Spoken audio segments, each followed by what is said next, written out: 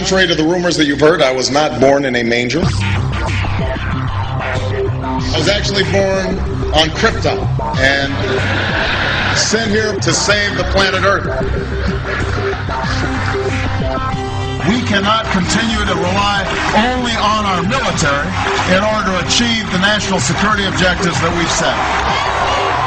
Everybody somewhere between the ages of 18 and 25 will serve 3 months of basic training. We've got to have a civilian national security force that's just as powerful, just as strong. Yes, we can. Obama's health care plan will include coverage of all essential medical services. Yes, we can. Obama is a cruel hoax. He works for Wall Street. He's an agent of finance capital.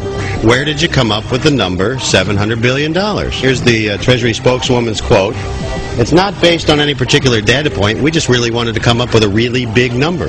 To Democrats and Republicans who've opposed this plan, I say, step up to the plate. A few members were even told that there would be martial law in America if we voted no. Secretary Henry Paulson is no George Washington. I don't think anyone questions, Mr. Kashgari, that you're working hard. Our question is who you're working for. Obama pledged that he would resume the Security and Prosperity Partnership talks between Mexico and Canada that President Bush initiated. The old boss is starting to look a lot like the new boss. Robert Gates is going to remain on the job as Defense Secretary for at least a year. Plenty of sources knew about this meeting, told us and others that it was at Hillary Clinton's house, but clearly it wasn't. We've got to give them a stake in creating the kind of world order that I think all of us would like to see. We see you causing a depression so you can blow out the economy and consolidate it and bankrupt it. We know that you are enemies of free humanity, and we are here standing against your tyranny.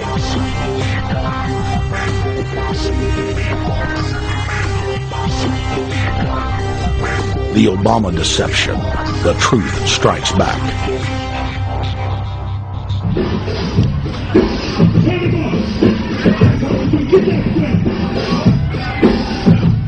Barack is like the manager of Burger King. All presidents are, including Bush. It's like this. When your fries are cold, if your burger is not done right, you go back to Burger King, America, or your government, and you say, my burger's cold. I want new fries. First, you go to the cashier. That's the courts. You argue to the courts. The courts, if you can't get no justice with the cashier, you say, let me see the manager. I want to go to the Supreme Court. I want to see the president. The manager comes out. Hi, what can I do for you? Now the manager can override the decisions of the cashier, but you never get to see the franchise owner of Burger King. If you really have a problem with your burger, you need to go see the franchise owner. We need to go to the top or to the bottom. We need to go to where the real architecture of government is. And it's not in a president.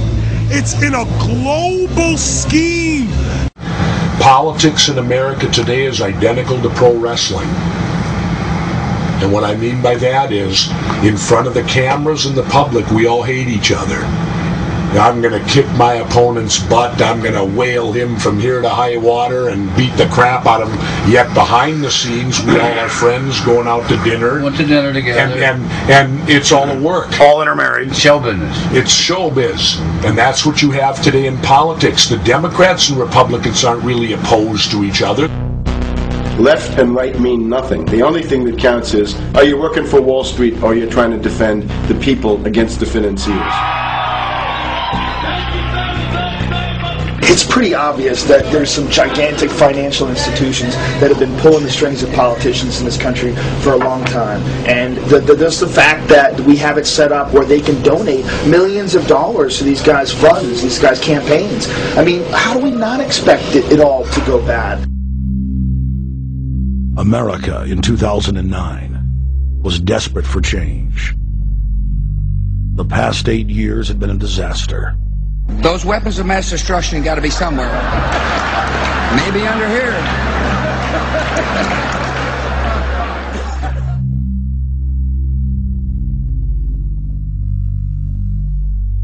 George W. Bush, who had claimed to be a conservative, had tripled the size of the federal government, shredded the Constitution, and destroyed the image of the United States worldwide. Nope, no weapons over there.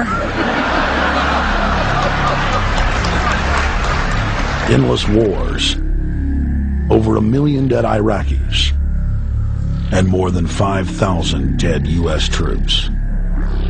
The Patriot Act,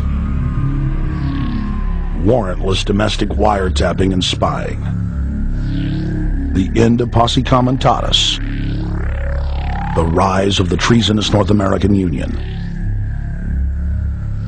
a deepening recession sliding towards total economic collapse.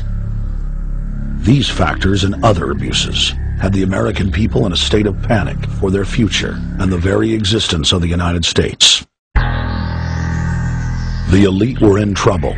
The people were beginning to see through their facade, past their front man, and to the ruling elite behind the throne. For the first time in U.S. history, both parties were universally hated. Congress had a 9% approval rating. The globalist agenda had stalled. And then, onto the scene came a man who promised change. Change we could all believe in. Barack H. Obama promised to end the war and bring our troops home fast. He pledged to uphold the Constitution and to stop the federal government from spying on the American people. Candidate Obama told American workers that he was going to get them out of NAFTA and GATT, and he's already breaking those promises. In this film, we will prove that Obama says one thing and does another, and that he works for the very same elite interests that Bush served, the very interest engineering the financial collapse and formation of a dictatorial world government. This film is not about left or right. It is nonpartisan. Our past documentary films are among some of the most damning indictments of George W. Bush and his administration that have ever been made. If humanity has any hope of effecting real change for the better, it will not come from the Madison Avenue false reality makers who have cast Barack Obama as the savior of the world. To alter our course from tyranny to liberty, to defeat the corrupt elite, we must get past the puppets and confront the real power structure of the planet. Now we can see a new world coming into view. A world in which there is the very real prospect of a new world order. Webster Griffin Tarpley is an accomplished geopolitical analyst and historian. Among his scholarly works are the unauthorized biographies of George Herbert Walker Bush and Barack Hussein Obama.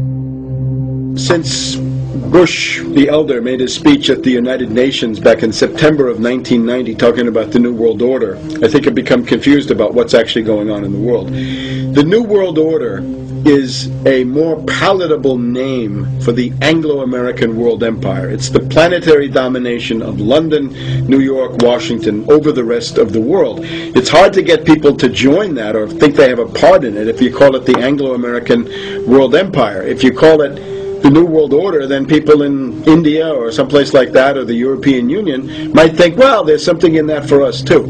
But that's not what it is. It's the Anglo-American New World Order. It's really the old world order. It's the British Empire morphing into the American Empire. The U.S.-British world empire is what you're going to get. Combines of powerful men have always battled with each other over the levers of power.